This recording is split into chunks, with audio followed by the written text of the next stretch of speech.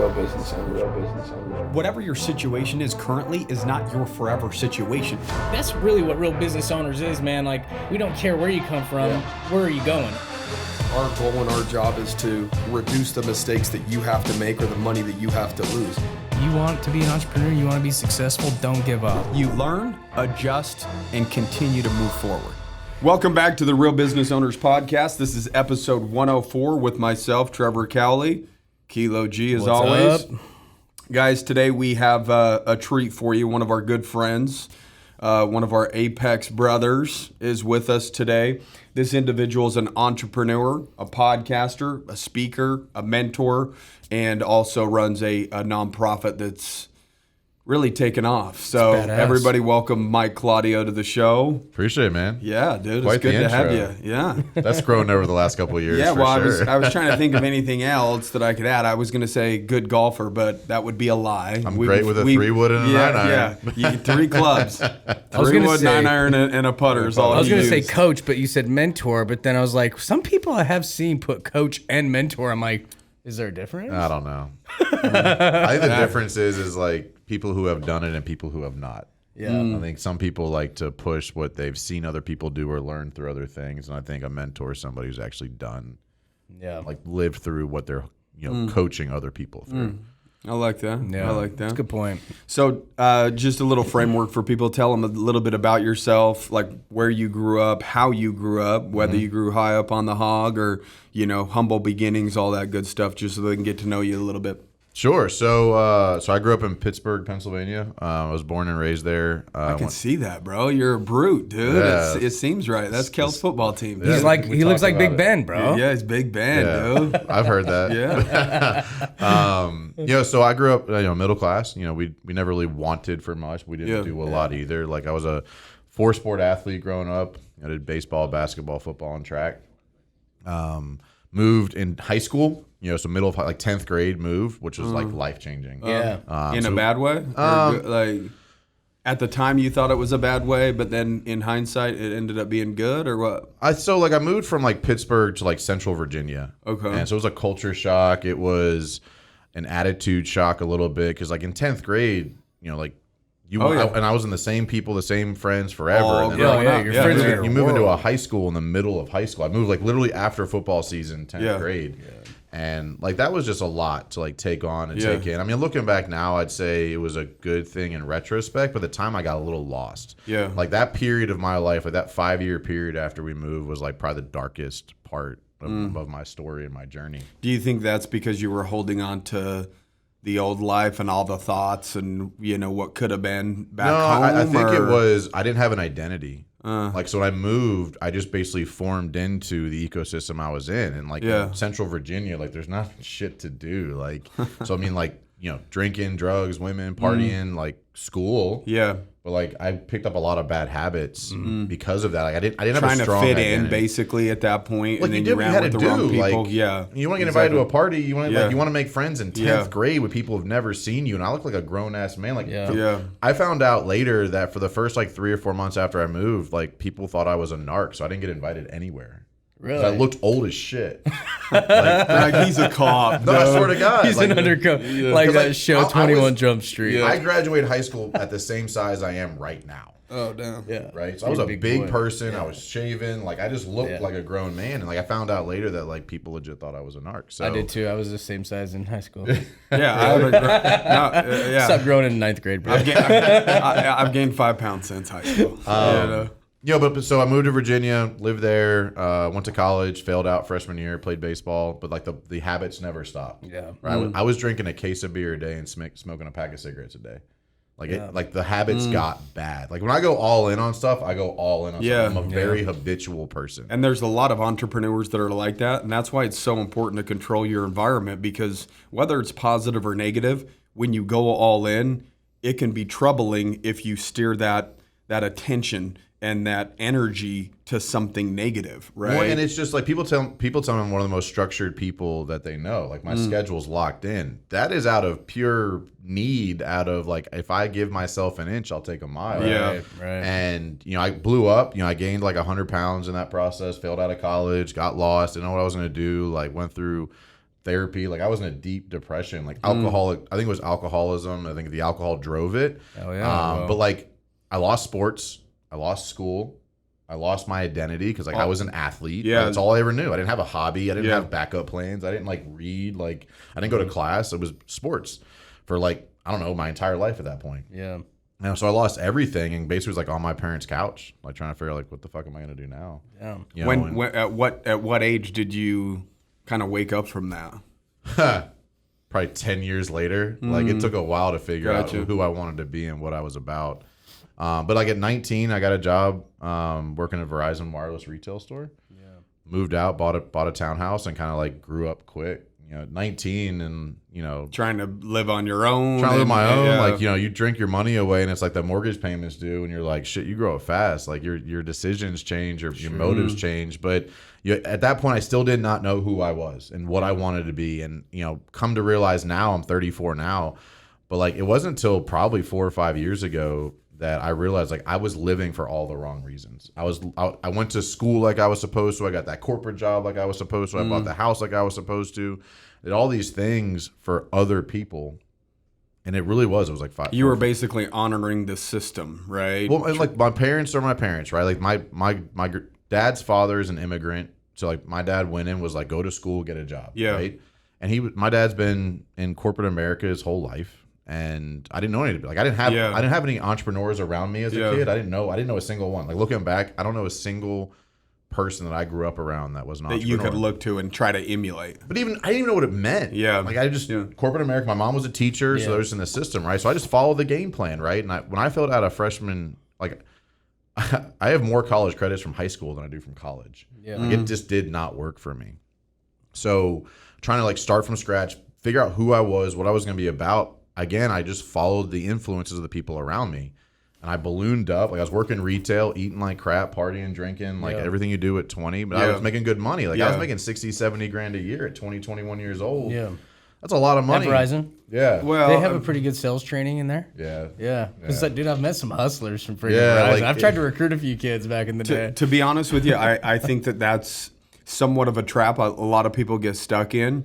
If nothing's going good, but yet they make a halfway decent living, they continue to lean on that. They're like, well, at least I make good money, so you can ignore all the other bad habits that you have because you're giving yourself credit for the one good thing that you have going for yourself. And I was the right? best at drinking. I was the best at eating. I was the best at making shitty decisions. Like, and I ballooned up to like almost 320 pounds at my biggest. Yeah. And like, dude, it was like I was driving a Cadillac CTS at the time, which is a pretty cool car, right? Oh yeah. Baller. But at 300 pounds, like I ripped through like a pair of pants a month or a quarter trying to get into that thing. I was just fat. Yeah, that's a big dude getting in and out of a cab. It is. It was a real big dude. Like The I was shocks on that. I'd the fucking have to go to like driver's side Walmart and get a hurting. new pair of pants on my way to work because I ripped the bottom out of them. You know, but like I went through this journey of trying to like learn who I was, but I still was, even in my mid-20s, was looking to other people for validation. Oh, yeah. And it wasn't until I decided, fuck it all. I can't live like this anymore. I'm just going to do what I want to do, period. Yeah. Everything changed.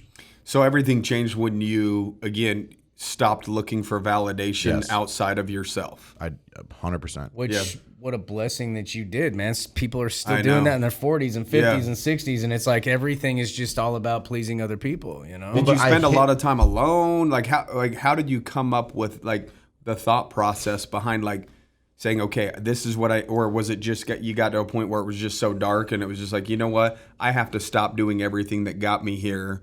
Like, what was the thought process in the wake up call? So I for made you? a very intentional decision in like 2016, 2017. I remember looking at my wife and going like, I need to change the people I'm around. You know, I'm not going anywhere. I'm not getting anywhere. Like, I believe I am capable of more. Like when I left corporate America, I left because I was capable. When I left Verizon, I was making 150, 200 grand a year and like miserable. Right. Like miserable. Like suicidal, like legit and miserable. Wow. Like I had everything. Yeah. I had the wife, I had the house, I had the cars.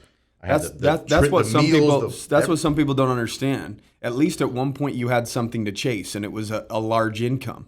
And so you chase that large income, but then when you finally got there and you had all these things and you look around and you're still not happy, because when you're chasing money, you think that that's going to be the thing that's ultimately going to bring joy and happiness into your life. And then when you get there and you have all the things and you're still not happy, you can actually get into a lower state of depression there. Because you ran out of options. Because you ran out of options. At least you had hope for something greater while you were chasing it. And then when you started making it, you realized, well, this isn't it. I woke up one day and it was I was like 27, I think, and I was making the money, and I was being kind of set up to take this business sales manager role in the B2B world in Verizon, and I looked at the guy I was replacing. He had been in that role for 17 years. He was 400 pounds and miserable, and I went like, I'm too young to commit to that life for the rest of my life. Yeah. I'd rather go all in on me, and not going back to college, no one understood it. Leaving this perfect job that most people spend their whole career chasing, no one understood it. And that's when I got into the construction industry. Like I went from making that to $50,000 a year, helped my buddy grow his remodeling business because I was like, I'm done. Like, I need a change. But ultimately, the deciding factor, that pivotal point was I need to start changing the people I'm around. Well, we talked about that this morning at the gym a little bit. Right? Like when you first start coming into money and your friends aren't quite there yet, you try to show them love and loyalty still, right? But then you get to the point where you get taken advantage of, right? Where you're the go-to phone call for any time that they need something rather than the go-to phone. Like they don't ever call you and say, hey man, how you doing? Is everything good? No, it's like, hey, I'm in a tight spot. Can you bail me out? Well, so I hadn't even come into money yet. I just knew the influences I was getting were not right. Right? Because like I had the same friends for about 8 or 10 years. And 8 or 10 years later, they were still bitching and moaning with the same life. Same problems, same issues. And I just knew like, this isn't me. This isn't what I want. This isn't what I'm capable of. But I don't know what that is yet. Yeah. So I'm going to go try to get around better people. So I found some local networking groups. I found some bigger people. I try to like get into some people's DMs, just like learn about them. And then I found Arete through one of my coaching clients. I got into Arete, which led me to Apex. And like, as I've continued this journey, I just continued to like see what's possible. And then like it clicked for me in 2019 of like, I was still playing a game that was beneath my potential more than I thought originally. But then seeing guys like you and the other people I met through Arete and Apex allowed me to see like, shit, like the work I've been doing for other people for so long, if I focus that energy into myself, like look at what could be possible. And like everything changed for me. Everything changed for me at that point. But it really was a very intentional decision that took several years to come to fruition of I need to intentionally put myself around better people because I'm not making the money I really want. Yeah. I'm not happy like I want. Right. I don't have a clear vision of what I want. You knew there was something better out there. I knew I was possible and capable of more. But I did not know what that meant, so I just started putting myself into better rooms. Yeah. And like, let's talk about that for a second. How uncomfortable was that initially? Bro, like that's the thing is people don't understand that everybody will go through imposter syndrome. Everybody's going to go through a high level of discomfort when you're putting yourself in an unfamiliar environment.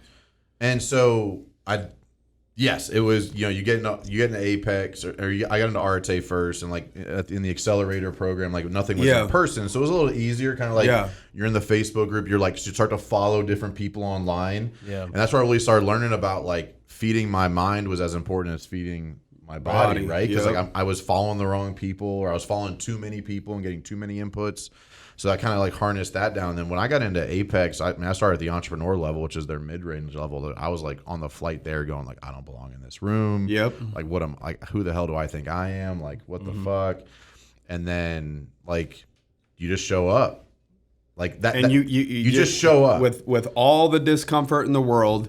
And then literally that slowly, shaking, slowly kind of into that room. Dude, it was the same thing. And the first time that we walked in, like I was like just nervous, like you don't know what everybody else is doing. You always feel like the smallest one in the room. These guys are probably doing this, that, the other. All these stories that you make up in your head that create that discomfort. Well, and what changed for me was putting myself in the room allowed me to hear the real stories, not the social media bullshit. Yeah. Right? Like no one knows the curtains peeled back. No one in that room if you're in the right room, Yeah. vulnerability should be there. Oh, yeah. Right? Authenticity It's should there. be there. I've never been in a room where it's not there after you start cracking everyone's egg open a little bit, you know? Yeah, but you know how it goes too. Like you end up like navigating towards and gravitating towards the like-minded people who like you can see are real, and like you can like it's so obvious the person who's not. Yeah. And so like you start to have different conversations, and once that realize that it's like I'm no different than anybody else. Yeah. If you can do it, I can do it. And it really clicked for me.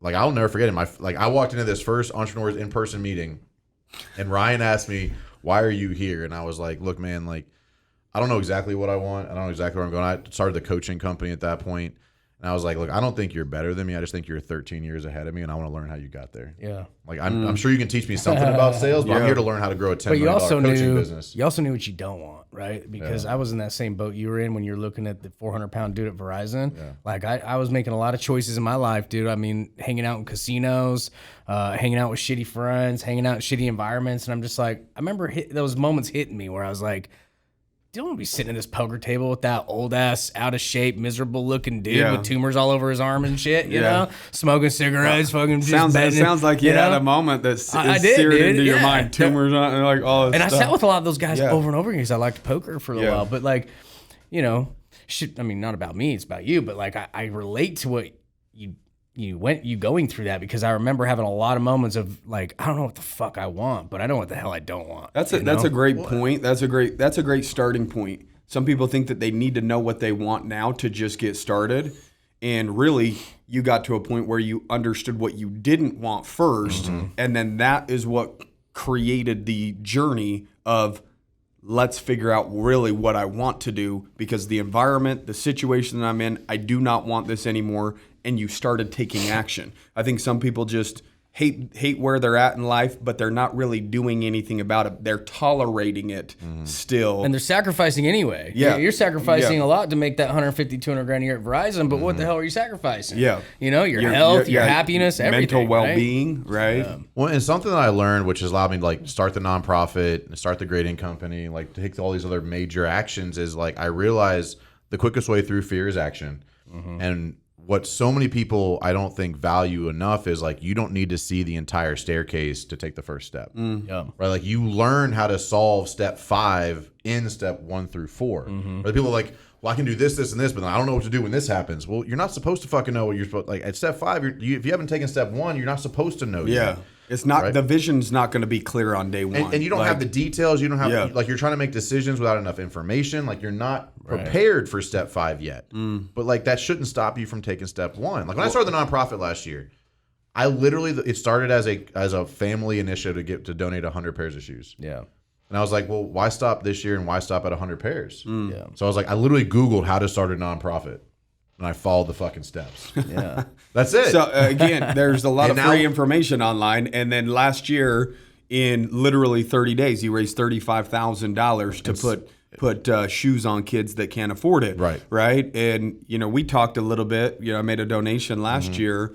And I said, I love this, dude, because, you know, we've gone to my daughter's school before and asked like the principal and said, go to teachers. They know what students need the shoes, and get the sizes for us, and we'll bring some shoes in. And I think we talked about that. I said, dude, this is badass. Like, that's the one thing as a kid that I wanted to go to school with was a fresh pair of kicks. Like, that was like the most meaningful thing to me, because that was like my way of fitting in with other people that had money. Shoes are a big deal, man. Like, I don't think, I honestly, we're a little off topic now, but like, I don't think you can replicate the confidence of a new pair of shoes any other way. Right. And so when that's real, like I truly believe like I'm creating champions one pair of shoes at a time. And like, because we put a handwritten note in every box that we ship out, and it says, "We believe you're capable. Go be a champion." Yeah. Like these are kids that maybe have never been told that they're capable, maybe never been told that they have control, never been given something like that.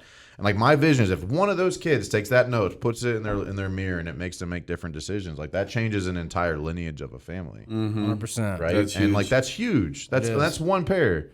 We've sent out 500 pairs, and so far, and now we're like now taking it to the next level and really growing it as a business.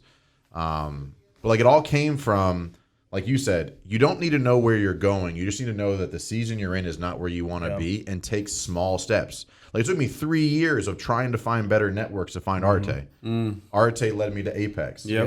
You know, and I got into Apex at the entrepreneur level, scared to death to be there, not even sure I want to pay for it at the time. And here I am 18 months later, I'm an Apex executive coach. Yeah. Right? What the?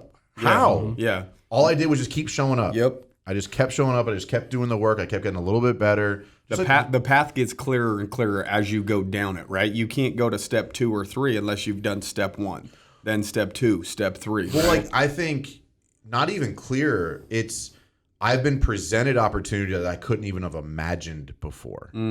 Right? Like, becoming an Apex coach wasn't because on you the took radar. the first step, though. I was hoping to be able to afford to join the executive level this year. Yeah. And now, like, I'm at the top of that level, right? Right.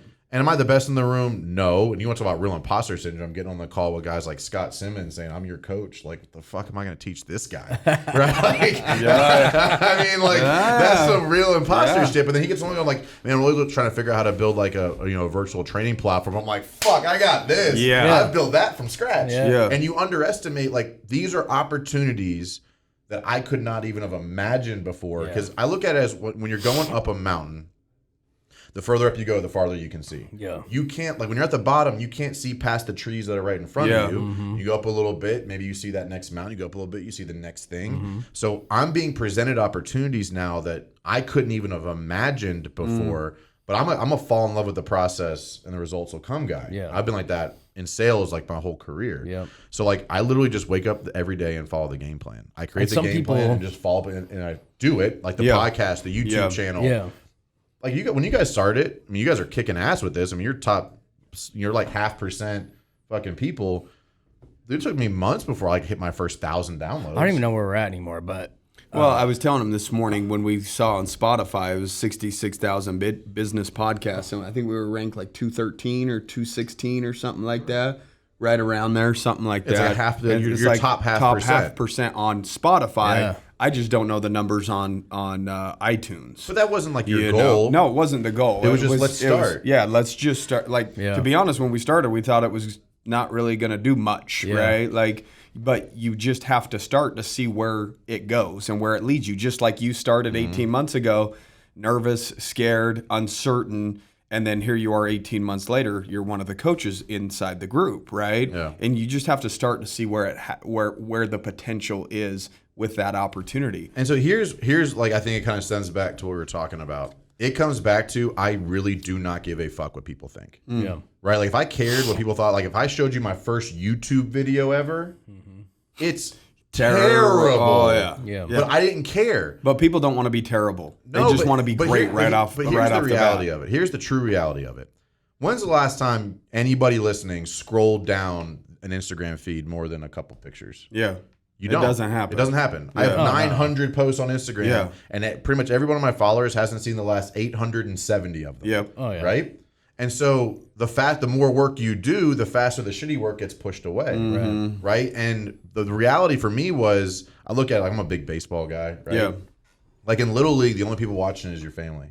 Yeah. Right? And then high school, you got some girls watching. Then college, you got scouts watching. Then pros, you got everybody watching. Yeah. Suck in Little League when the only people that are watching are your, like, well, I only have 500 followers. Good. Suck now. Yeah. Right? Suck Yeah. now while no one's watching. That's true. And then you I get like those that. reps out of the way so that when you get to high school and that girl's watching, you're a little bit better because you put years of effort in and years, like a bunch of at-bats. I'm approaching my 100th episode as well, and which is a huge accomplishment. Yeah, Congratulations, yeah. guys. Like, Yeah. that's badass. Yeah. Thank you. Because, like, but I know for a fact the next one's better than the last one. Right? And I just did that one episode at a time and just showed up. Right? And it took me 3 or 4 months to get my first 1,000 downloads. Now it takes 3 or 4 days. Yeah. That wasn't the goal. It was, I'm going to fall in love with the process. I'm going to put out this piece of content on this cadence, and I'm just going to commit to do my head down doing the work. People just don't understand the power of that and how much you have the ability to grow. Even if a podcast isn't growing, you're still growing through the process, and you're a better you for doing that. Right? And the more times you push through the fear, the easier it gets too. It's not just the quality of the content, your ability to make decisions in fear gets better because you're training that muscle. It's not as bad as I think. Like I tell all my clients, it's like right now I have like 45 coaching clients and they're all in different seasons of life. Like I have some people doing $500,000 a year. I have some people doing $25-30 million a year. They all deal with the same thing, but it's never like the situation is never as good and never as bad as you think it is. Yep. Right. So if that's true and we pull back 10 to 15% in either direction, that's what we need to be basing our decisions on, right? Like that losing that contract, okay, now what? Oh, now you have an extra couple of days to go find a better one, right? So like if you pull back and you learn that over time, you're able to then coach yourself through those decisions and say, okay, if this is worst case scenario, what's a little bit better than worst case scenario? I can live with that. Yeah. And then you're weighing the options differently because you're actually looking at it realistically, not the outlier, right? It's because it's never as good or as bad as you think it is, ever. Never. Let me ask you this. I mean, now that you're coaching contractors, and you've had some success with that and it's growing and it's building and you're helping other people and you talk about, hey, I get to do what I love. I get to help other people and watch them grow. What's one of the biggest issues that you see in that industry in terms of mistakes that people might be making, that they're just kind of overlooking or overseeing when you first start working with somebody? Is there like a typical or common mistake, or is it just all over the place? That's a great question because we got a lot of contractors that follow our podcast, man. I talk to them all the time. I answer in DMs. Like, I mean, I think the biggest thing is most contractors, especially if you're doing like sub 5 million, are just trying to be great operators, right? They're great technicians. They're great hands-on. They're great in the field, and they don't get better at the leadership side, because they don't ever pull back, and they don't ever pull back. Yeah, they're like they don't train their leadership muscle, which means they don't get better at training their employees. So they just say, well, he sucks at it, I'll just do it for him anyway, right? And if you're constantly like head down in your tools, you're not managing your numbers. You don't know your numbers well. You're not being consistent on social media. You're not being consistent in hiring and training. You're not being consistent in culture building. You don't know your core values. You don't know why you're doing what you're doing. You're just like, do I just I lay pipe for a living? Like, this is what I do. No, you're a business owner now. It's different. Right. Yeah. And so I'm not sure there's one thing because I just like wildly different in industries. Right. But I'd say the one thing I think the biggest thing I see is especially a scaling contractor is they get stuck in the day-to-day. So that's when they plateau. They can only carry it so far, and then they hit a peak, and then they're kind of just, running themselves into the mud. But then they get angry, and they get short, and they get resentful, and they get complacent, and they start to bitch about customers, and they start to bitch about employees, and I can't find any good help. Well, I mean, help can't find good leadership either. And sometimes, really the problem is that leaders need leaders. You know what I mean? Like they're the leader of their company, their whole ecosystem, and they don't have anybody to follow, so they can't really elevate their leadership skills. And that's what's powerful about some of these groups, man. It's like we end up kind of like, oh man, like we end up learning from other leaders. That's what leaders need sometimes, man. You're in a room full of a bunch of leaders. You got to be a good follower to be a good leader. Yeah, and so when you're the only leader in your whole company, your organization, your whole ecosystem, whether it is just a contractor running 5-10 dudes. Like, dude, you're doing you yourself need to have somebody. Yeah, there has to be a hierarchy. You're aspiring to be as well. So I think it all stems from that's the problem. I think it stems from most contractors struggle with very short-term thinking. Yeah, it's like, how are we gonna make payroll next week? Not where do I want my business to be next year? Gotcha. Right? Because the decision making is different. They're making day-to-day decisions instead of my goals to grow a business to X in the next 3 to 5 years type decisions. And they get stuck in that hamster wheel of short-term decision making, which never actually builds systems, builds processes, builds consistency. And so they deal with that feast or famine, right? We're dead. Let's go sell a bunch of stuff. We're busy. We'll stop selling. Yeah. We're dead. And then there's well, I can't get ahead. No, it's because you're not consistently doing anything. Right. You're taking these quick bursts to get caught up on work. Right. Or oh shit, we're out of work. Now we got to sell. Right. And so because they don't think consistently ahead, they don't invest in their people as regularly, but ultimately they don't invest in themselves. Right. That's I think really what it comes down to for most entrepreneurs. Totally. Is what they know is what they know, and they can carry the business on their back only so far with that information.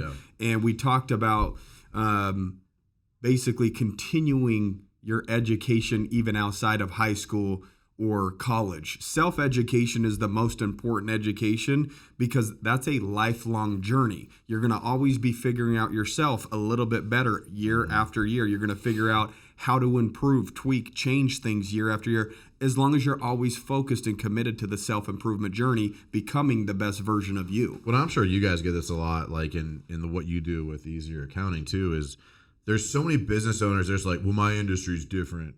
Oh yeah. Right? Yeah. No, fuck you. Like, Yeah. they're like, well, that wouldn't work for me. Okay, maybe that wouldn't work for you exactly like that is, but pick the piece out of that Yes. knowledge and try to implement it. Yeah. People just like, oh, that wouldn't work for me, and they throw it away, and they're like, well, I'm just gonna go home angry again. I didn't learn anything from that event. No, like there are nuggets that you can piece together in your existing ecosystem. Exactly. Yeah. But they're like, that wouldn't work in my world. You don't understand my clients. Like, because I have contractors all over the country, right? Yeah. Well, the clients in my side don't like to pay that. I guarantee right now, like if you're a contractor listening right now, you're likely not charging enough.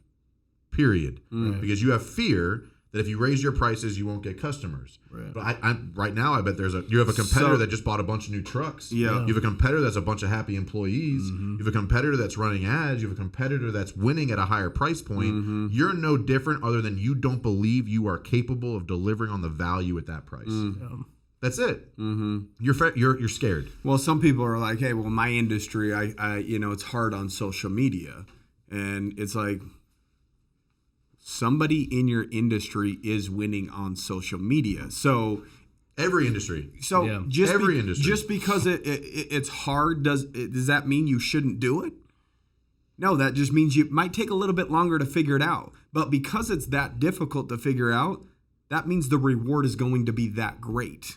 Right? Well, the rewards may be great, but also it's a higher entry point. So if it's hard and you get good at it, a lot of your competition won't do the work. Exactly. And that's the separator. I took that out, like very early on with like that first YouTube video I posted, because I said most people are afraid to be on camera. Most people are afraid of public speaking. Yeah. It's like early on, like April 2018. And it's true. Yeah. It's true. So I said, I'm going to become great on camera and I'm going to become a great public speaker. Yeah. Because I'm not going to be the best coach in the world without it. And I'm going to beat everybody else who's not willing to do the work to get there. And right now, I think I have some of the best video content. I think I'm great at public speaking. I'm great at leadership. I'm great at like influencing and motivating a room. That took 3 years to get good at. Yeah. But now I'm separating myself from every coach in the world that's afraid to get on camera or afraid to public speak. They might know more than I do, but they can't influence as well as I can, and that's going to help me win because that's that barrier of entry. That's the separator, right? Being willing to do the things that most people aren't willing to do. That's really all it comes down to in anything in business. And you were talking about, well, this might not be, you don't understand my industry, or we were just talking about contractors. But the fact is, what we just stated about taking a step back from your business and you being too in the weeds, it's every business. It's every industry and it's every business. If you're too much on the front lines, you can't have an elevated look at your business and see what changes need to be made because you're trying to put out the fires that are directly in front of you. Well, get an elevated look and see what's creating the fires and then make that adjustment, plug that hole so that you no longer have to be putting out fire after fire after fire. They'll always happen, but maybe you can make less of them happen so that you can start focusing on the growth of your business rather than just maintaining where you're at and trying to keep and hold on to what you currently have. Yeah, right? but and more isn't always better too for some people. Like if you don't understand, well, how much money you want to make? Well, I want to invest $10 million. Why? I don't know. Sounds like a good number. That's not a good reason to just work your ass off for no reason, right? You're not gonna make it through the difficult times if it's just like because I would like that. Right. So I help a lot of people recently really try to figure out what does your lifestyle cost you? Like what do you want in your life? Like I know for a fact right now my ideal life costs me $48,000 a month. Yeah. I don't need to do $10 million. If I can take home $48,000 a month, I'm set.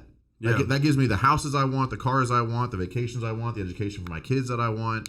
I don't need $10 million a year to take home $48,000 a month. Yeah. I just don't. So I'm able to now get more strategic, more intentional with my decision making, more intentional with where I'm going, with who I'm hiring, with who I'm going to work with. You know what you're trying to work towards. And so is that the end goal?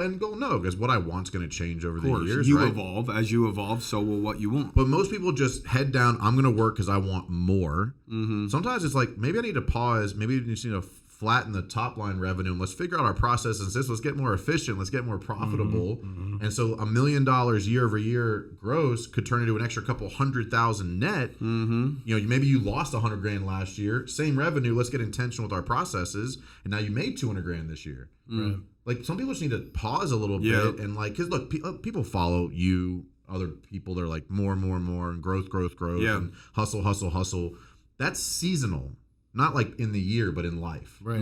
It's not always the time to like grind it out. Like my kids are 5 and 3 right now. Yeah. I'm not interested in putting in 100 hours a week right now. Yeah. Right. And I'm okay with that. Yeah. Because fuck you. It's my life. Yeah, like, exactly. Like if you think like, well, I want $10 million, I want 10 Ferraris. I'm happy for you. Yeah. I don't need that. Yeah. I need $48,000 a month. And I'm like pretty damn close. Yeah. Right? Yeah. So like, why? Like why? I'm pivoted into like the passion projects now. Like a Champion Shoes is a passion project. Correct. Now I get to put hustle into changing lives. Like in my business, Winner Consulting, and in a Champion Shoes, I literally create winners for a living. That is 10 times more impactful than any amount of money I can make. Period. But you had to walk away from things that the normal person wouldn't walk away from in order to find, again, the situation that you're in now. Freedom. Right? We sold our house in 2019. Like we had a 3,500 square foot house, 2 kids. Yeah, we talked about that. Talk about that a little bit, and the motivation behind that, and you know, I know it was a freedom play, right? Yeah, it was a freedom play. My wife and I looked at it like, what's the lifestyle we want? Like big picture. We've always said like we want to be able to in our 40s stop needing to work. Yep. Right? Like, not if you work, it's by choice. Not having to. Not having to. Right. Like I'm not working for money anymore. I'm working for impact. Like that was our goal, right? Yeah. So like at the time, you know, I was she was like 29, 30. I was 32, 33, something like that. And so in 2019, we decided we have a bunch of equity in our house. We could go get the house we want and sustain. But my wife had like a lot of student loan debt. Yeah. And so, and we were living at or just above our means, like most people do in their 20s, like just stupid. So we sold our house, and over the last 2 years, we paid off like $300,000 in debt. Like we drove paid off cars. Like my car, we literally just got new cars. My car had 180,000 miles. Her car had like 195,000 miles on it. Like when we sold the house, we paid off the student loans, paid off the cars, paid off the credit cards, and then we had a few more things to chew through. But like I moved into a townhouse. I drove paid off cars. We didn't go on vacation last year. There was nothing sexy about it. Dude, it was a grind of enjoyment because we knew why we were doing it. And guess what? This year, my wife got to quit her job. Yeah. My wife was making 150, 180 grand a year working at Bank of America. And we were like, okay, we're out of debt. Yeah. Our overhead's low. Our risk is minimal. Yeah. Why not do this? So you're adjusting your quality of life. So now she gets to work for a passion project. So she's going to be the executive director of a Champion Shoes and help me with win rate. But now she gets to do what she wants. Yeah. And she's only 32. Yeah. But like, who's walking away and selling their house and moving into a townhouse in their 30s? Who's quitting their job to like chase passion projects? People just don't want to take a step backwards to set themselves up for something greater because they don't want to let go of what they have now. And so like people are like, Mike, it looks like you won the lottery. Like, no, you just don't understand. For the last 2 years, I've put every extra fucking penny into getting out of debt. So like, I can do whatever I want right now.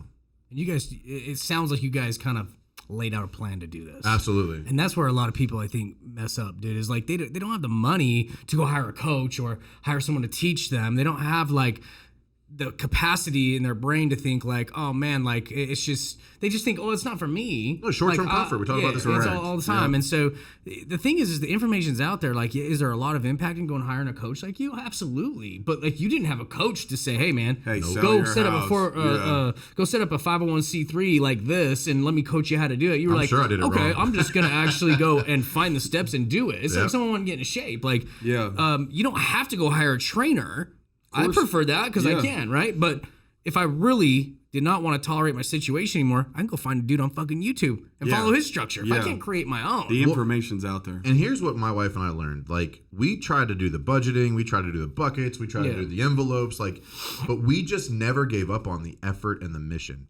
Like, it probably took us 5 years to figure out how to properly manage a budget. Yeah. But we were not going to give up on it.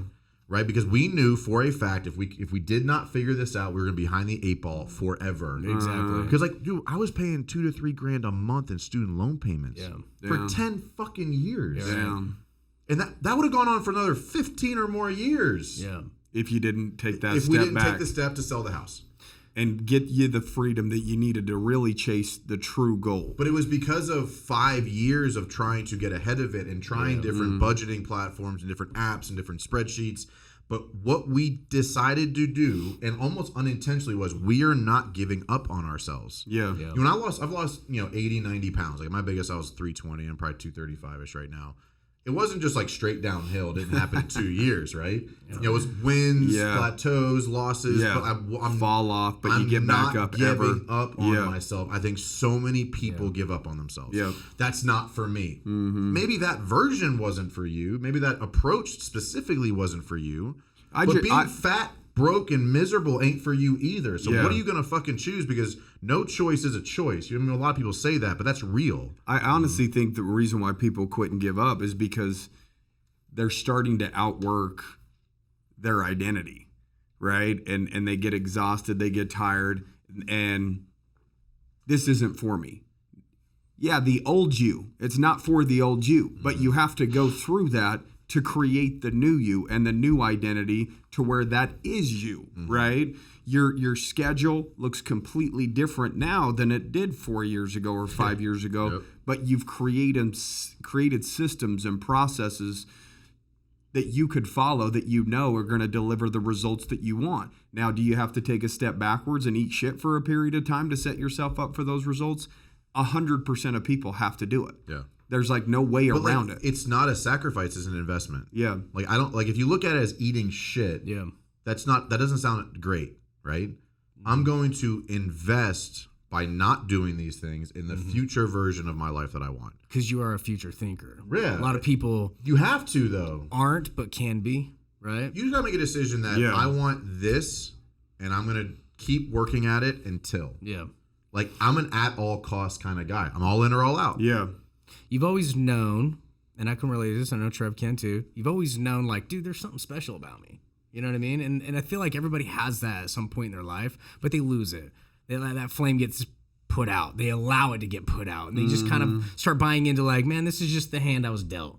Right. And so what happens is they stop being forward thinking. They stop being future thinking. Yep. And so I think there's like a huge correlation of like people that are like, man, no, there's something good. There's something good in me. Like there's something special about me. And so they're willing to continue to be future thinking and really kind of, tap into that not giving up mindset, And so sometimes I think just people need to hit that low point where they start actually evaluating self, right? And so if everything's kind of okay, there's some shitty parts of your life that you don't like, and you tuck those away and try to focus on, well, I make an okay income, right? And you're trying to just think about the good things, but there's a lot of bad things and baggage in your life, and you're just tolerating it. And then you get to a point where you're completely fed up with it.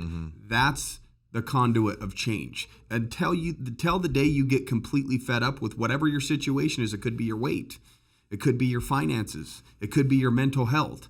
Those things will have to hit a low point or a crushing point where you have to turn inward and say, this is not okay. Yeah. And then at that point, change can start happening. So there's two sides of that coin, right? Because I think some people force change on themselves to like divert from who they really are to fit the mold of the scenario, right? Okay. And so like that change is bad. Sometimes the change is going back to true to yourself. Yeah.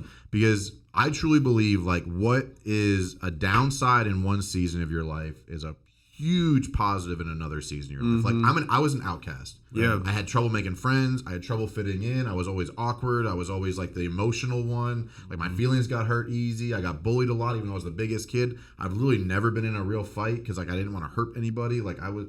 Yeah. But what that life now, because I'm an outcast and I'm different, I get to level up beyond people. But until I pivoted back towards I'm okay being different. Yeah. And look, it took for me. I did a personality test with a high performance therapist a couple of years ago. It's probably 2 years ago. Was it Taylor Andrews? I think it was. I'm an ENTJ. I don't know. I can't remember what the test was, but I'm an ENTJ. I know that. Well, ENTJs are apparently like 1 or 2% of the population. Yeah. So me trying to force 98 to 99% to understand me it's not was gonna me happen. changing to something that was not going to be possible. And then I don't know why, but the minute she said that, people are not going to understand you and you're not going to understand anybody. Like, gave myself permission to say, fuck it. Yeah. Why am I still doing this? Because I still I miss having friends. Like we talked about this morning. Like, there's no one local you hang out with. There's no one local I hang out with, really. And me and Kel kick it every once in a while with our homie. It gets less and less because of our babies and our families and our different directions. Like all sorts of different stuff. And so changing back to true to me and just saying, I'm going to be a little bit of an outcast and be okay with that. That was the change I needed. So it wasn't changing who I was. It was actually changing back into who I actually am. In some cases, when you were talking earlier about like being surrounded by the wrong people, some cases when you remove those people from your life, you're going to hit a period where you're just by yourself. And I think that that's a very powerful period because you get to figure yourself out a little bit more. It sucks, though. It does. That process But sucks. again, because you hit a low, right? And then the low helps you understand really what you want out of life. Lows are what set you up for something so much greater. And I think people are missing the opportunity to evaluate themselves when they're at a low point, because those are the points that are really the conduit of change where something great can come out of it. But sometimes people just weather the lows and then they go through the highs and then they're low again. They just weather it. They're not really evaluating anything as they go through these processes. And there's so many valuable lessons to be learned when you remove bad people out of your life and you're alone for a period of time. That's a great period of time to figure out yourself and figure out what you really want. But it is a lonely period, right? Well, and I think it's necessary to go through that if you actually want true fulfillment in life, because the highs and lows you just described are external influences. How do my friends feel about me right now? How does my family feel about me right now? Am I getting the feedback from the people that are fulfilling me? When you pivot from that and follow your own process, the external results no longer create the roller coaster. Like, I don't care if people like me or don't like me, because I like me right now. And that's 10 times more important to me for the first time in my life. Well, when you were trying to please everybody, you like you Miserable. said, you were overweight, miserable, all these things, because you weren't serving you. You were trying to serve everybody else. Because there's someone listening right now, they get super excited when they get invited to the party, and they get super depressed if they see something on social media they weren't invited to. That should have zero fucking impact on your happiness. Are you living true to yourself? Are you waking up, following your process, maintaining your mental health, maintaining your physical health, doing what you know is right? But when you start getting that external influence roller coaster, like, everybody wins at different times. Everybody does different things. Everybody has different experiences. People don't even think about you. Stop being so damn selfish. Like, no one was like, well, we're not going to invite Mike. It was just like, hey, let's get together. And no one and like, if I were to take that, because I used to take that shit personally. But that external influence, it destroys people. Because, like, dude, social media is a fucking highlight reel. Oh, yeah, 100%. Because there's somebody at that party, because that was me, that was like, doing beer bongs and shit, like looking like I was having a great time, and going home, waking up, hating myself. And you're like, oh, I wish I was there. Why? I'm glad I'm not there. No, that's what I see now. When if I see like I'm just like, the older you get, you're more at peace. Like, you're looking at it, you're like, I am so glad that I'm not like that anymore, right? That I don't have to do that anymore. Like, I find more peace and comfort being at home, early on a Friday night than I do worrying about what everybody else is doing on a Friday night, right? Because you're going to wake up tomorrow and feel great, and go to the gym and do hang the out same with your kids thing. and be the best version of yourself. So let me ask you this: what do you think the best advice is that you've ever been given? Oh, that's a good question. Damn, that's a good one. Yeah, it is. For me, it was creating structure. Like, I can't remember. His name's Jared. He was a leader I had at one point, and when I got out of corporate America, I got a little lost because I was working in an entrepreneurial world with a company with 2 or 3 people, and I was like, I had full freedom. I went to elementary school, middle school, high school, college. A lot of structure. Corporate America. Yeah. Be here, do this, look this way, talk this way. And when I got into this business development role with the remodeling company that I left corporate America for, like, I was kind of like a little lost. And, you know, Jared was like, look, you need to create time blocks. You need to create structure to your days and your weeks. And like, I have taken that to an extreme now, but like, that was probably the best piece of advice that like tactically and immediately changed a lot of things. That allows you to control your day a lot more. Discipline equals freedom. I mean, Jocko talks about it, but that's real. Like, because now I know if I do this work, this result will come. You can track things better. You can feel more consistent. Because it relates a little bit back to sports for me, where like anytime a pitcher, right? Pitchers have a very similar warm-up routine. Right. That way you go into your competition feeling similar to the last time. Yep. If every time you wake up, your morning routine is different, how do you think you're going to perform that day? Right. You have no fucking clue. But I know if I get up at 4:30, I'm at the gym, I read, I work my mind, my body, and my soul every morning. I read, I work out, I meditate every morning. Right. Like, now I'm ready to go. I know how I'm going into that day, so I know what to expect out of myself, and I can control the controllables. Because everybody, like, if you try to control what you can't, and you're not consistent in your routine, you will falter, and you'll try to change something because, well, I didn't like that outcome. Right. But you went into it differently. You were differently prepared. You were differently warmed up, you might say. So yeah, everyone has their routines, you gotta right? have a the routine. high power routines. Whether it's there was the old dude that played on the Utah Jazz. Every time before he shot a free throw, he went like that, and he wiped Jeff Hornacek. He did the same thing before every shot. He wiped the side of his face, and then he shot. He'd get the ball. And that was a way for him to prime himself for that situation, right? Tony Robbins, he has the exact same routine prior to him walking on stage every single time so that he can get in a certain state. So he's controlling his state. And what you're doing is you're controlling your morning so you can control your state as you go into your day where you're going to be the most productive person that you could possibly be, right? And if you're not controlling what you have the ability to, which is how you wake up and how you prime yourself in your state going into the day, then the day's just going to come at you and you're going to have plenty of bad days. Look at you yesterday. And hope that you have a good one. Look at you yesterday. A 30-minute disbursement in a morning routine. 20-minute, dude. I was there at 6:21 instead of 6. Fuck your whole day up. It did. I like mentally, it did. Yeah. It threw me through a funk. Now I went home and I meditated and I kind of cleared that shit out, right? Because you had that meditation habit. Correct. So, but if I look back, like I've gotten a lot of great advice. You know, some intentional, some unintentional by just listening and being around people. But I think if you know me and you follow me for a while, like you know how structured your day I am is. Structured as shit. And it's impossible to not be productive if you're that structured. Every day is going to be productive. You know what you're going to get. One way, it's a shape, or freaking form. formula. It's math. Correct. Yeah. If 2 + 2 equals 4. If I do this, and this is what's going to happen. Yeah. Right. And then I can go into my day better prepared. I don't have as many unexpecteds. I don't have as much distraction. I don't have as much anxiety around what's coming. Right? Because I know how I'm going to feel. I know I'm prepared. I know that I'm going to be able to deliver because I've set myself up for that. It doesn't mean it's easy to follow every day. There's plenty of days that you're going to not want to get up and go through your routine, but you do it anyways. And then when you exit and you get at the end of the routine, you get to that same state as you did the day before. You might wake up in a different state, but by the time you go through your routine, that's priming you to get into the state that you want. Right. And it wasn't perfect, right? No. Like, you know, I did it. I got away from it. And I realized, like, fuck, I don't like this. I'm back. Yeah.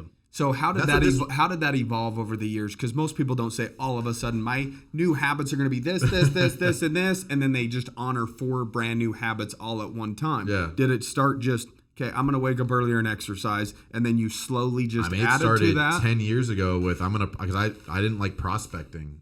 Yeah. Right? I don't like making calls and emails and DMs and shit. Right. So like it started as every Tuesday and Thursday from 9 to 11, I'm going to go to this Starbucks and I'm going to prospect. That's how it started. Like, and then like you get into the routine. I think people are very habitual, not just in routine, but environmental. Yeah. When you walk into like your office, you feel a certain way and you do a certain thing. You're like, how do I even get into this stack of paperwork? Right. But like, so I'm very environmentally aware. Like I try to do the same activities in the same place at the same time every week. And so eventually I got used to being at that Starbucks at 9 a.m. I'd sit down, my computer would open up, my coffee would come, and I'd get right to work. So like that's how it started. And I was like, well, if that worked for that, maybe it would work for this. Yeah. And then maybe it would work for this. And now it's like literally 50 or 60 hours a week are structured for me in the life, right? Not just work. Right. Like, how much do you work? I work 18 hours a day at being the best fucking version of myself. Like, there's no work or not work. I'm at work working on me all the time. Right. Because my day starts at 4:30. I try to be in bed by 10:30. That's my day. Right. But like, it's not work or not work. Like you guys, we have so many interests, so many passion projects, so many initiatives for ourselves and for the people that we work with. I'm always at work on something. Yeah. Whether it's the reading, the gym, the meditation, time with my kids, food prepping, meals, exercise, clients, employees, like it's all structured. That's the thing is, anybody listening, you need to understand you just need to change one thing. And then when you start seeing the positive results of that one thing, you're like, man, well, what if I added this other thing? So you're going to start getting addicted to results. Results are addicting. And then you're going to figure out how to game it and be like, what else can I do to continue to progress in that direction? Because now this one new habit is a habit, right? So I think everybody's raving about 75 hard. Yeah. They've never really had full structure in their life. Yep. And they jump into that for 75 days. They see all these benefits. Like, holy shit. It's the structure of the day. That's so true. They see so many benefits of it. They're like, oh my gosh, now I need to create my own structure for the times I'm not on 75 hard. And so I think it's as much the results. I think it's actually more people are excited about not hating themselves. Yeah. Like the guilt, the frustration. That's part of the result, though, right? But it's one of the results of it. It's like you're almost like you're excited about getting away from the negative as opposed to getting towards the positive. Rather, the result of like the prospecting effort and getting deals wasn't as cool as like realizing I was productive that day. Right. Right. And like, because like, you know, when everybody listening knows what you're supposed to be doing. We're not saying anything. Yeah. You haven't told yourself 100 fucking times. Yeah.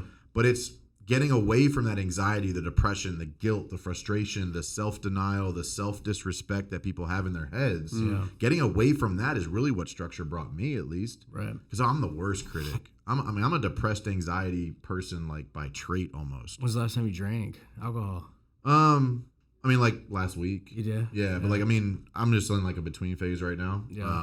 I'm getting like I came to Utah this week to get recentered. Yeah. I'm glad you did. Dude. Yeah. So like, I'm starting a new routine going into next week. I rebuilt my meal plan, rebuilt my structure. Yeah. Like that's what this week was for.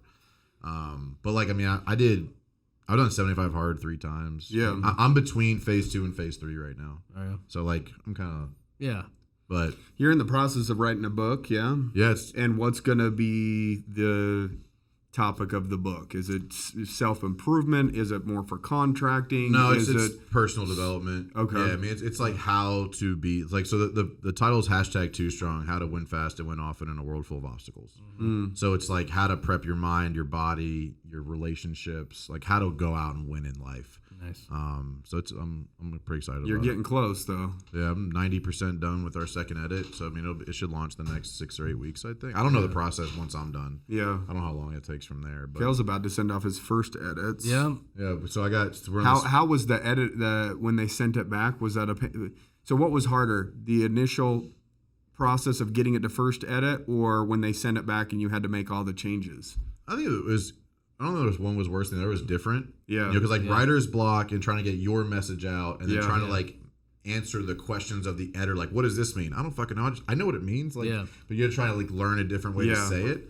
I don't think one was more difficult than the other. Some people have told Kale, dude, Thomas was like, dude, when I got my the real first work starts when you get that first edit back and you have to make the changes. Too, because I actually wrote mine. Yeah. Like you did the audible. Hiley's wrote his too. And then so in the moment, I was kind of like rereading it as opposed to like talking it, and then it gets put on paper, and then you have to try to edit it. Because I think Thomas did it that way as well.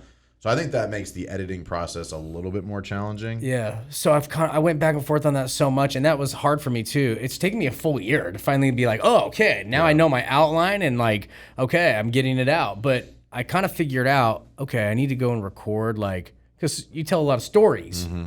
And analogies and things. And so when you record those things, but then you kind of in your recording, you're like, okay, now go back and write your bullet points out or your tactical things out. That's where you actually got to sit down and kind of write it out. Gotcha. You know, that's kind of what I figured out for me anyway. I was like, okay, I'm going to tell my stories because that's going to be, easy to just transcribe, come through, and then go through and edit those things, and then So and you then fill add in those the gaps bullet or points. whatever. Yeah. Right. So I don't know if that's how Stuman and how Thomas and all those guys did it, but that's kind of what I figured out of battling this. Yeah. Like, what's better, writing it out or recording it? Because they both do have challenges. Yeah. They're both weird. What's what would you say one of the biggest entrepreneurial mistakes that you've made is?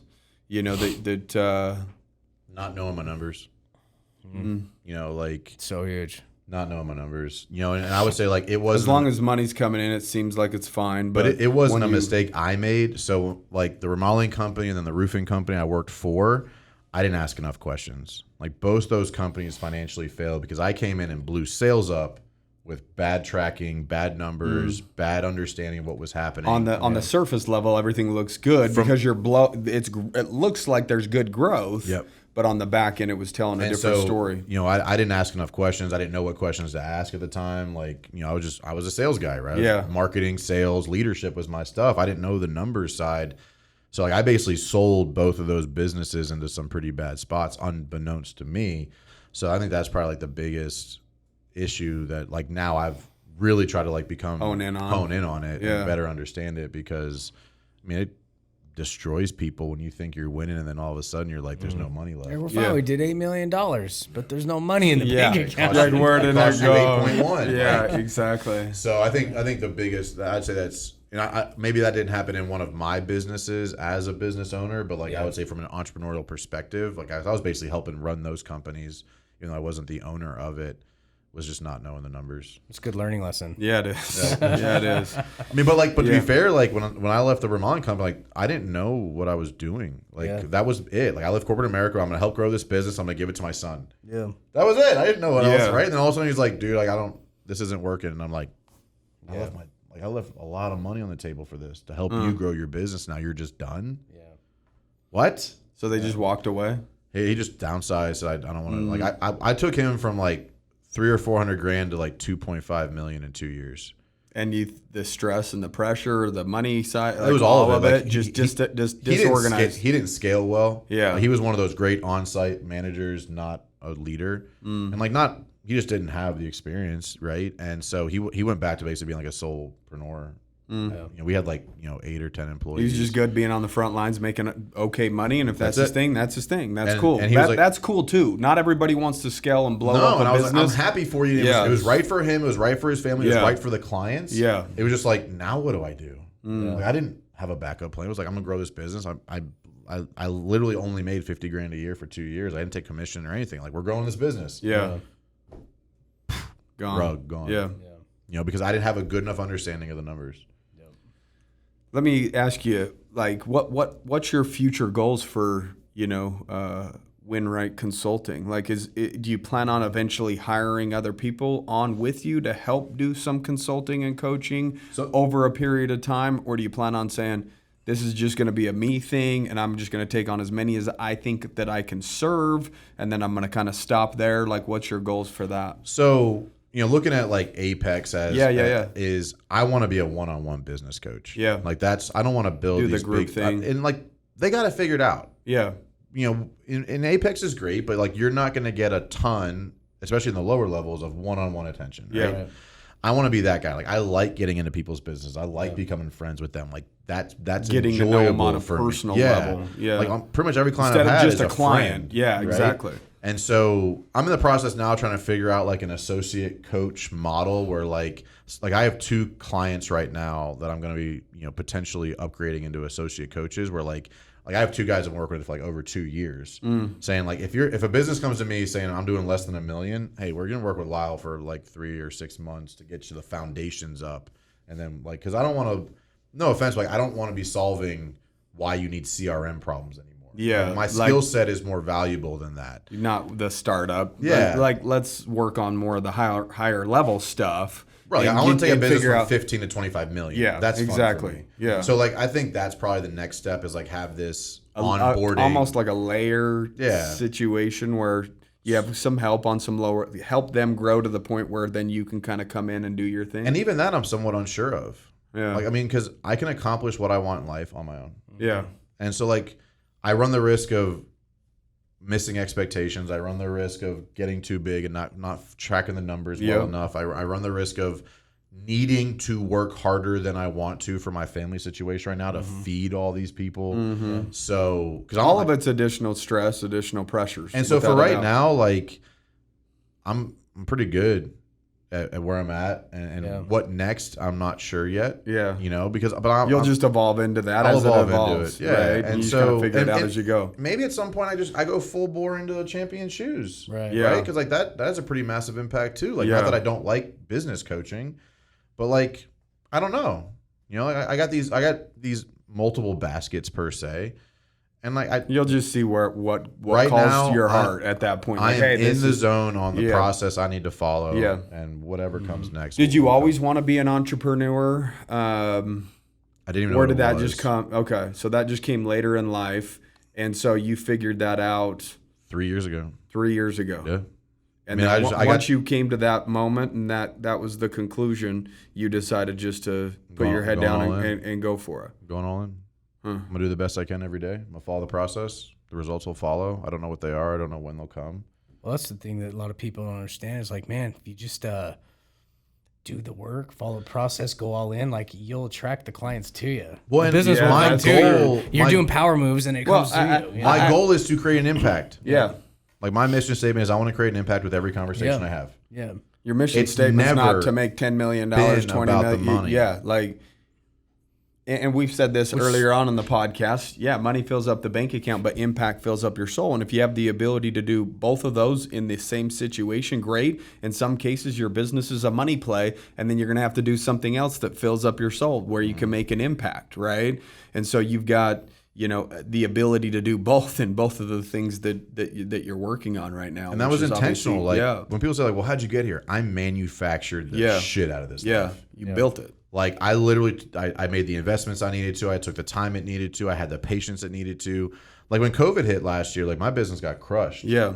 The mission never changed. Yeah. Yeah. Like if you followed me during that time period, like I lost 90% of my revenue.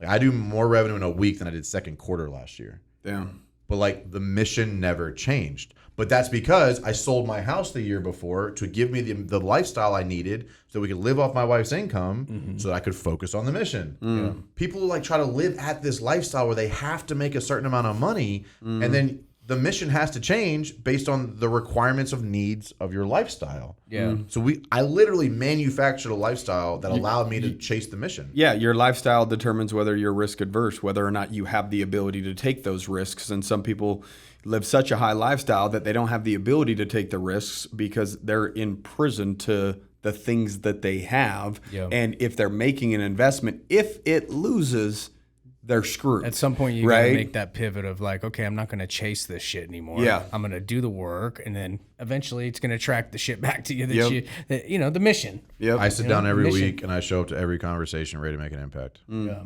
I've been doing that for 3 years. Yeah. And every year I've doubled my business. What would you tell? I mean, again, you're 3 years into entrepreneurship. What would your advice be to a new entrepreneur, somebody that's young, getting into business? So you got to make your why and your mission about an external impact, not an internal fulfillment.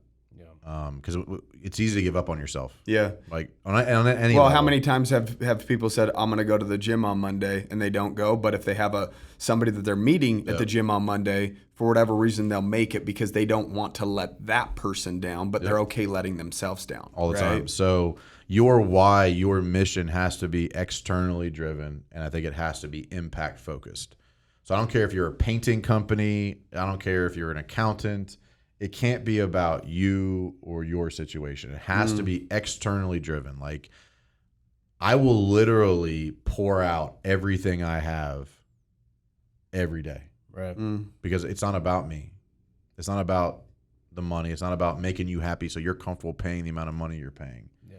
It's I've been over delivering for 3 years, and I will continue to over deliver in every conversation I have.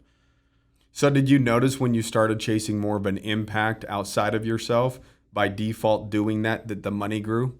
Yeah, because without focusing on the money. My entire entrepreneurial life has been that. Yeah. Like my first business was the coaching business. Yeah. So from day one, like I just I started out charging like $500. Like it was like, hey, it really started. I started coaching for free before I even started the business. Just to see if it's something you No, could do. because I just like helping people. Oh, so gotcha. people saw me growing these companies. Yeah. I grew the remodeling company by like multiple 7 figures. I grew the roofing company by multiple 7 figures. They're like, Mike, what are you doing? Or how would I help this? Or what should I do about this? I helped 3 businesses grow by 7 figures in a year for free because there were people I knew and cared about and wanted to help. Yeah. And I was like, shit, I should probably maybe try to find a way to monetize this. Yeah. Right? I have a skill here, obviously. And I enjoyed the coaching side. Yeah. And I enjoyed that part. Watching them grow. Yeah, that was like 2016, 2017. Yeah. Right? That was 5-6 years ago that I started just like, I like helping people. And then it was like, hey, I think I want to like coach people. Hey, you said you needed help. Like, what would me helping you be? What would that be worth to you? What would it be worth to you? Like $500. Okay, cool. I'll do for that. Yeah. That's how it started. That's how it started. Yeah. I just started doing it because I loved it. And then when you start seeing the results, and then you figure out your own worth, and you stop looking for other people to say, what are you willing to pay me? Well, and it came down to like supply and demand as an individual, right? And then like the size of business I was helping increased, right? So like the money's increased, but like I've kind of just done a little bit, and I'm at a good, comfortable spot right now. Yeah, that's good. But it's also about how much money do I want to bring home? Yeah. Right? And so like that everyth's been driven by that. Yeah. Like how much money do we need to invest the amount of money we have to we can stop working in our 40s. Yeah. Like that's the mission. And we've had that mission for like 6 or 7 years already. And we made strategic and intentional decisions along the way. All that. Yeah. And like I still deal with imposter syndrome. Like I'm a business coach, a successful business coach who lives in a townhouse. Yeah. Like that's not the image I'm supposed to have. Yeah. But like fuck you, wait till I build the house I really want. Yeah. When the mission is successful, right? Right.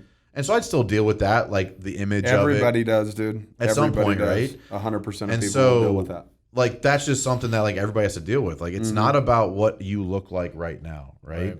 Like both of you could have a significantly more flamboyant life if you wanted to, right?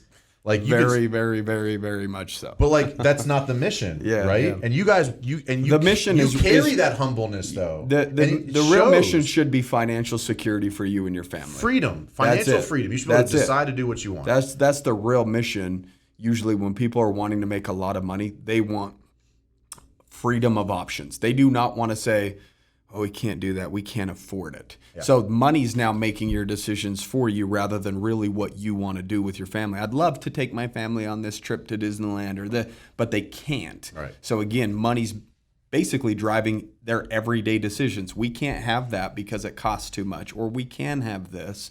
And I think, individuals need to understand that if you really want financial freedom, it will take multiple steps backwards prior to ever setting yourself up to have the opportunity to become financially free. I think it's almost like you don't not even step backwards, just stay stationary. Like stay stationary in your lifestyle. Like you talk about this a lot. Like I think you posted about this the other day. Like the hardest part of entrepreneurship is keeping your lifestyle the same as winning begins. Yeah. Well, I basically how I put it is it takes a lot of discipline to make money, but it takes even more discipline when you have the money and you choose not to spend it because you want to build. So you didn't take steps back. You didn't take steps backwards. You just stayed stationary with where you were as the success grew. And so, like, if you're happy with what you have right now, if that's enough, stay there for a little while. I'm staying in this townhouse for a little while. That's what I'm saying. If you can afford something, that doesn't mean you should do it. But it's not steps backwards. It's not 2 or 3 steps backwards. Just stay where you are right now. Did you take a step backwards, selling your house and moving into a townhouse? But that was before the success. So yes, I had to take those steps backwards. But in order to set yourself up for success. Now I'm just staying stationary. Correct. And I believe that that's what people need to do. You find where you have the ability to stay and give 2 or 3, 4 years. Once you're really making good money, stay the same, remain the same lifestyle, have the exact same things. All the things that you want will be there waiting for you. That truck you want, it's not going anywhere. If you want that new F-250, guess what? They're going to produce new ones every single year. And it never makes you feel as good as you think it's going to. No, ever. Once you have it. No. Sometimes it's depressing. Yeah. Like, this is I mean, dude, I bought this land. I sat on it for 4 years, visioned my dream home. Which you come see my house, dude. And it's like some people are like, "That's your dream home? I know how much money you make, right?" I'm like, "Dude, this is my dream home, dog." Yeah. It's like you built it, like you were like part of the process. I wanted to do that, but dude, I honestly got depressed after we moved in. 4 years I spent driving to this lot, visualizing our home, visualizing my view, my backyard, like all these things, my kids' bedrooms. I built it all. But That was like my main goal for like 4 years, and I hit it. I was like, now sitting in my fucking living room and being like, what the fuck now? So let me ask you, like, I'm sure you've talked about it and I just haven't heard it, but when do you decide to then like do something with the money? Like, at what point is there a number in your head? Like, I don't need you to say it, but like, is it like, when I get this, we'll do this? Or is it just, we're going to sit right here for as long as it takes and until I feel like we need to do more? I just keep pushing, like. So the goalpost keeps moving a little bit. Yeah. And that's a way for me to. So I say, yeah, well, next year I'm gonna take care of myself. I'm gonna buy that card that I want, and then next year comes, and I'm like, yeah, I don't need that right now. I'll do that next year. Yeah. Right now we're having fun getting presented a shit ton of opportunities and making a ton of investments. I mean, we probably made 4 or 5 large investments last year. We're already making multiple. We've been wiring money already this year. We're gonna be wiring more money here in the next week or two. But for me, I have the option to reward myself today through things or reward my future self through investing into my future. And that's where it's not crypto. That's not what he's doing. But for real, if his wife talks him into another kid, he'll build that house. That's what happened to me, bro. I kept adding kids. I was like, all right, I can't fucking sell this lot no more. I got to build it. But I think here's the difference, though. Not happening. Hashtag not happening. Like, what you had to put in to earn the money for that car is now worth more than the car. Yep. It's the people who go out and finance their whole fucking life. Yep. You don't appreciate it. Yeah. You just don't. Because you didn't put the work in yet to earn it. But so if you put in let's say you put in a year's effort, like my goal is to save $100,000 this year. Mm-hmm. I'm not buying a $100,000 car with that money next year. Yeah. I've put away probably like 50 grand so far. Yeah. Like, that ain't going nowhere. I worked my ass off for that shit. I sacrificed for that. Yeah. Like, you ain't coming for that. Mm-mm. That's got bigger plans than like that thing. Yeah. And I think people just go out and just finance a bunch of stuff. They don't appreciate it. Well, it goes back to the ability to take greater risks than the other person. You can have 2 people at the exact same income, and one individual is maintaining where they're at and the other one isn't.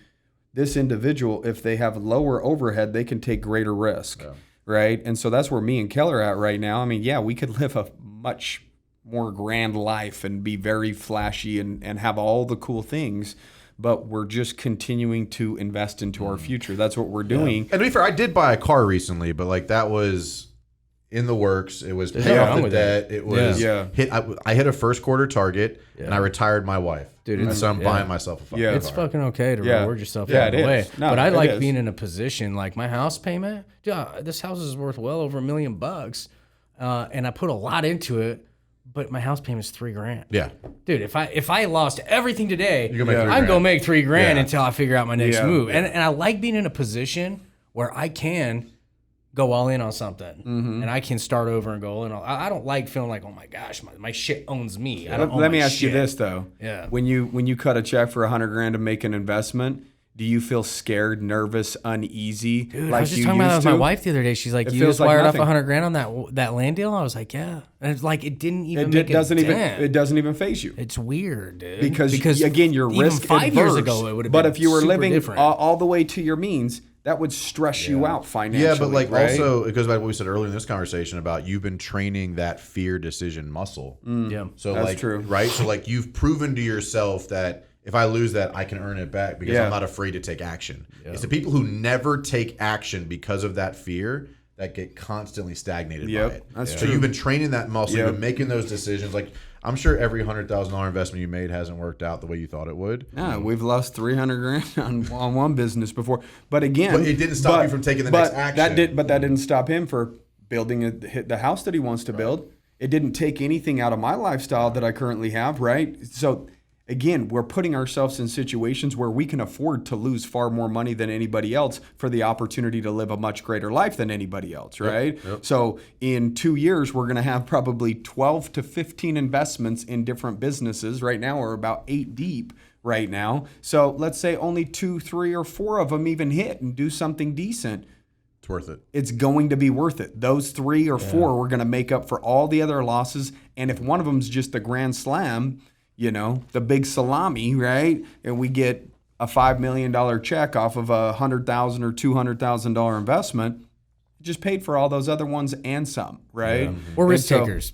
Yeah. It's fun being in a position where you can be risk takers. Well, and that's the point he's making is like you manufacture a lifestyle. You've stayed in the same lifestyle. You've value engineered your house, right? Like even the car I bought, I was like, I found one that was a little bit used as opposed to buying it brand new that saved me $20,000. Yeah. Right. So it's like when you make intelligent decisions and like it wasn't about anybody else. Like that car was not about anybody else. Yeah. Just like that house was not about anybody else. Yeah. So like you took 4 years when like you probably could have gotten a loan and got it done in 2. Yeah. But like you did it your way. Yep. Right. And so like that's the stuff people are not willing to do. They're not willing to play the long game. Well, because I stayed where I'm at, I was able to pay $500,000 cash for the lot that I want.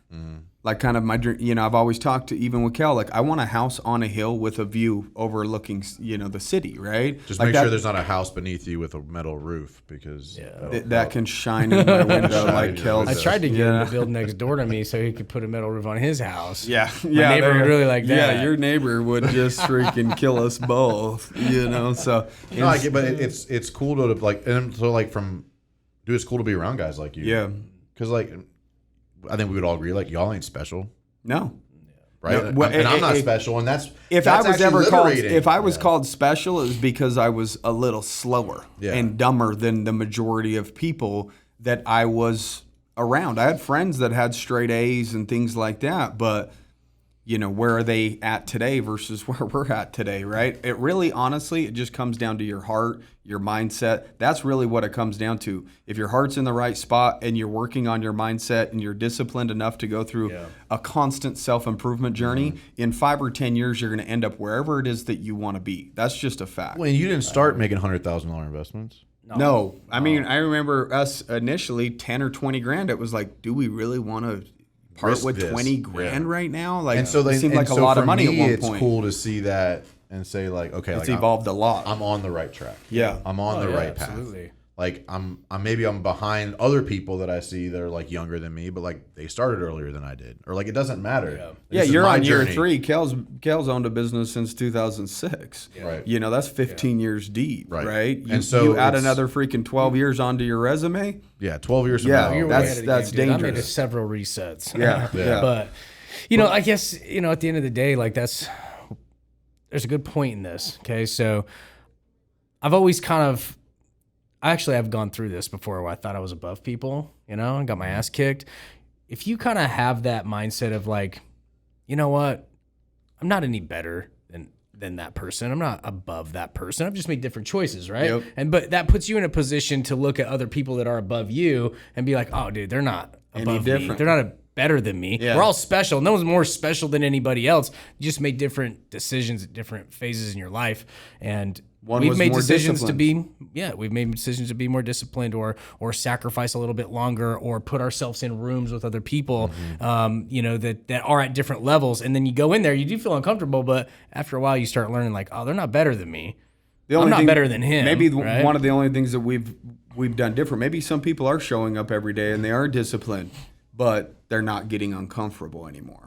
Yeah. You know what I mean? They're staying with inside themselves, their current selves, and they're not trying to stretch into a new them, right? And so that's I think really what it comes down to, right? Because every year I actually intentionally like I try to do one thing that gets me like wildly out of my comfort zone. Like a couple years ago I ran a half marathon, and then I played adult baseball for the first time in like 14 years. Last year I did jiu-jitsu, and this year is like investing. Like I've invested more money than I made the first year out of corporate America this year, right? That's awesome. Like that's and cool. it feels good. It's cool. Yeah, it feels it good scares to have the shit out of me. Like, but that's the point. Yeah. It's stretching me. Like it's creating a new level of standard. It's creating a new baseline. And every year I try to do something that gets the old me you wild. would panic, and right now it's fearful, but you're still working through. And I know like that's that thing. Yeah, like that's the thing that's gonna push me out of my comfort zone this year because like it keeps you humble. Like put on a gi and going and rolling with grown ass men. That'll straighten you out real quick. Yeah, you're sore as fuck the next day. Or you're rolling with some like 16-year-old, 170-pound dude. And he's kicking your ass. You're like, yeah, I'm not as cool as I thought I was. Yeah. And so like second guess is when you're staring people down at the grocery store. You're like, they might know a thing or two. But it's the point being is you got to continue to stretch. You got to continue to like get out of that comfort zone, get into better rooms. Because I've actually had a conversation recently. Like I'm an Apex executive coach now. Like now what? Yeah. Like, what's my next step? Yeah, what's the next stretch? How do I, like, who do I hire next? Like, what's the next coach I need? Like, am I diving into, like, the Steve Weatherford game plan? I like that. So, like, what's next It's a good now? thought process. Because, like, for me to be the best executive coach, I now have to get better. Yeah. Like, the version of me to be, I want to be the best Apex executive coach. You're not the peak of my Claudio today. There's a nowhere new close. peak, 6 months. So what's 1 next? year, Who's 2 next? years. Yeah. Who am I getting involved with next is going to get me to the next level? Yeah. I mean, I had that conversation like 2 weeks ago Yeah. with somebody about like, so what's next for me? Like, I got here, again, not expecting it. Wasn't the game plan. Right. Opportunities presented themselves. I earned the right to that opportunity because I had my head down doing the work. Now what? Yep. Yeah. What's next for me? So that's your next thing is to figure out what's next. Again, which was part of this trip. Like, Yeah. this is the first, like, I came to Utah this week for 5 days. Yeah. It's the first week's vacation I've taken complete disconnected in 3 years. Yeah. Because it was time for me to, like, get quiet, And reevaluate. revisualize what the next version of me needs to look like. Because my kids are older. Yep. Now my wife is fully relying on me. I'm hiring people at this nonprofit I need to raise money differently. Yeah. My business is growing. My influence is growing, which also means like bad things are coming, right? Yeah. You get more visible. Yeah. Like, Yeah. not all good stuff. Yeah, no, You yeah. know, being really cool on Instagram is fun for a minute. Like, And then if you don't like yourself, don't start a YouTube channel. Yeah. The comment section on YouTube is a dirty place, man. It is dirty. But like now, okay, so now why am I doing this? Yeah. I've built this platform. I'm not massive. I'm way bigger than I ever thought I'd be from an influence perspective. Now I carry responsibility to do something with that, and I did not have a clear vision of what that was. And so this week was kind of set up for me to reevaluating. But it was really and about create new quieting. structure. Yeah. It was really about quieting. I needed to get away from The noise. the noise, like clients, wife, kids, Yeah. activities. Yeah. Not saying that you don't love all those things. It took me 3 It's days still to just- decompress. Yes. Yeah. You still need quiet to be with yourself so that you can go through those and reconcile those thoughts. And right? so that was the main point of being here. I mean, I came to Utah specifically to hang out with you guys and get on the podcast. But you figured like, double dip. like, why not? You know, Yeah. that's just me, right? Take advantage I'm gonna of it, work, right? If I'm gonna go somewhere, let's go somewhere and get value Make it out of productive. Yeah. Exactly. But like that was the purpose of this week. Yeah. Was like, what is this next level of Mike Claudio? Who do I need to become to like live to grow into this next version of opportunity that I've been, you know, Put on that I've big- earned it, but I've Yeah. been granted access to it because of the effort. yeah. But like, you know, I feel a responsibility of living up to the opportunities that I've been Correct. given, and you know, having I feel blessed to hang out with guys like you. Yeah. You know, like I didn't have that. I don't have guys like you around. Yeah. Right. Dude, we can totally relate with that. Yeah. And I know you do, but like, and so now it's like, okay, I need to live up to that opportunity. Yeah. Because I don't want to be the guy that was like, well, he had potential. Yeah. Potential don't mean shit. What did you do with it? Everybody has potential. Everybody has it. 100% of people have potential. So I don't want to be the guy that was like, what happened to Mike? Yeah. I don't want like he was on the way. Yeah. Then what happened? Oh, dude, I have this biggest fear. I think about all the time still this day is when I'm like telling my grandkids, like, oh, I used to do this big business and I used to have all this shit and this and that, They blah, blah, used blah. to. And I have that used to talk. Like, that's like my biggest fear. Yeah. So it's like- actually so my vision for my life at the end is I want to be grandpop. Yeah. And I want to be the guy everybody comes to when they're starting their Dude, businesses. it's mine too, bro. Like, and I'm literally pushing myself to fail now so I can learn the lessons so Yeah. my kids and my grandkids don't have to. yeah. That wisdom pillar of Like, your. starting a nonprofit. family. Why? Yeah. I want to learn how. Yeah. That's it. Yeah. Information. I mean, I want to make the impact. Yeah. Like, but it's like when I was, because I could have just donated Again, 100 pair of shoes last yeah. year, and like Yeah. that was our goal as a family. Yeah, and I was yeah. like, well, why not just start a nonprofit? Yeah. Why not me? Why can't I be the next Yeah. thing? Like the other day, I was like, someone in my comment section was like, "What are you like? Gonna be the next Tony Robbins?" I was like, "Well, he's retiring. Someone's got to take his place. Yeah. Why not me?" Somebody has to be He was the like, "Oh, I was yeah. just joking." I was just, "No, you fucking weren't." Yeah. You're just talking shit. You're throwing shade. Yeah. And so it's like I'm trying to fail now because I want to be grandpop. Yeah. And I want everybody to come to grandpop for advice. I want to be the guy that Kel just said that pours a into bunch that of stuff. times. Yeah. Kel Even said that a after bunch I'm of gone, times. bro, I want to be like, oh, read Grandpa's Kel book. got a fucking tattoo with a was it the old guy on it? That's like the Yeah. old wise man, right? yeah, the wisdom. The Future wizard. self. That's why I started the and- YouTube channel. and the hierarchy. My of- first 10 videos were the progress of me starting win rate in 2018. Yeah. Like this is what I did this week.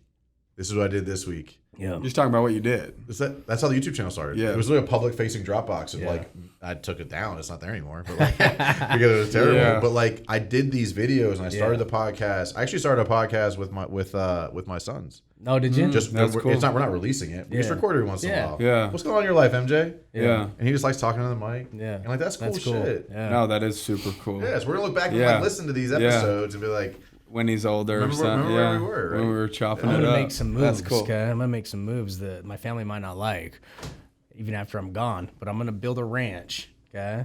The Goodman Ranch, and it's gonna be built into a charitable remainder trust, so no one can ever sell it.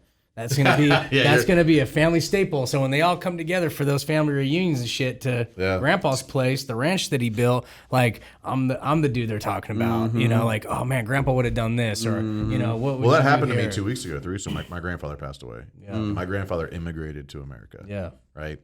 And so, from that perspective, he sacrificed everything to give me an opportunity. Yep.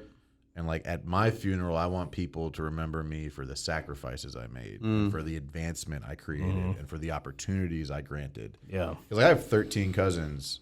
Like I could have just easily been a farmer in Italy. Yeah. Sure. Like he immigrated to America at 19 with a 3rd grade education and couldn't speak English. Yeah. Put 4 kids through college. We got all these grandkids, great grandkids. And now. here you are talking about it. Yeah. He's still handing down wisdom. See what I'm saying? now. And And you are talking about and it. like, That's did he exactly- fail? Absolutely. Yeah. Like, did he mess up? Absolutely. Yeah. But no one remembers him for that. They remember him for like the struggle he went through and the and intentionality The behind it. perseverance. And the grit. Absolutely. Yeah, And without a so doubt. like, it's my duty because I carry his name. I'm Michael Corrado Claudio. Like I'm the namesake of him. And so like I carry a little bit of personal responsibility for like, okay, now I need to get my family To the next to level. the next level. Right. And like financial freedom is something that like my family's never had. Yeah. And like I'm creating that. Yeah. Like it's me and my wife because her family doesn't have it either. Yeah. And it's like we are literally Somebody's got to be the first one, right? for sure. To create that change And in the it family. really is like I want to be grandpa. Yeah. Yeah. So Shit to think Grandpa about. That's cool, Mike man. right here. How do people connect with you if they want to reach out to you? Where do they go? Best place is probably Instagram at Okay. Winrate Consulting, WINRATE Consulting. Yeah, that's probably where I spend the most time engaging with people. DM, all Yeah, just that. DM me Just there, send a DM. That's So the best thing. If you want to check me out, it's winrateconsulting.com. What's the YouTube channel? Just Mike Claudio. Mike Claudio. Yep. Okay. It's probably our Big- longest episode. Big Stud Podcast is the podcast. Is it? This is a long one. Yeah, that was Mike has 90 to. Mike, minutes. he doesn't ever settle, bro. He doesn't want to be the. No, wanna that's win. good. Hey, you won just the above longest average. episode. Cool. So We'll take it. yeah, Went fast, went often, baby. You won something. So we talked about the giveaway on episode 100. So I have a list of the winners, but we'll also be Yeah. shooting them a text. So I just want to go through those real quick before we wrap up. So we got Justin Galvez, Chris Rado. We know Chris. He'll actually be on the show here in the next few weeks. Nate Biernier, Glenn Lovelace. We know Glenn. He's been Yeah. on the show. Yeah. Colton Brenier. Appreciate So it those looks guys like all some supporting. brothers there or something. Jake Peterson, Martha Vargas, Harold King, Zach Russell, Dawson Cutright. Those were the $100 winners. The $1,000 winner was Emily Flood. So we'll be texting you guys, reaching out to you, figure out a way to get some money over to you. But we appreciate every one of you guys listening. Make sure that you're connecting with Mike. He's a solid dude. He'll take the time out of his day to try to answer whatever questions you have. If you're in the trades business, so to speak, If you're even still listening, I'm proud of you. yeah. Congratulations. Congratulations to the end. We'll call this show the marathon, right? So just be like, the marathon continues. Let's go. So maybe we'll chop it up into 2 episodes. This is episode 104 and 5. It's a 2-part series. So anywho, make sure that, again, if you have questions, reach out to him. He's a knowledgeable individual, good dude. And we're happy that you came Appreciate out it, to man. visit us, Yeah, man. appreciate it. So It is super fun having you yeah, there. it was. It was fun watching your 3-wood 9-iron putter. So hell of a golf game. was awesome. So guys, make sure that you're doing the things that you need to do that you know will serve your future self, your family, your friends, all that good stuff. Other than that, kick ass and have a good day.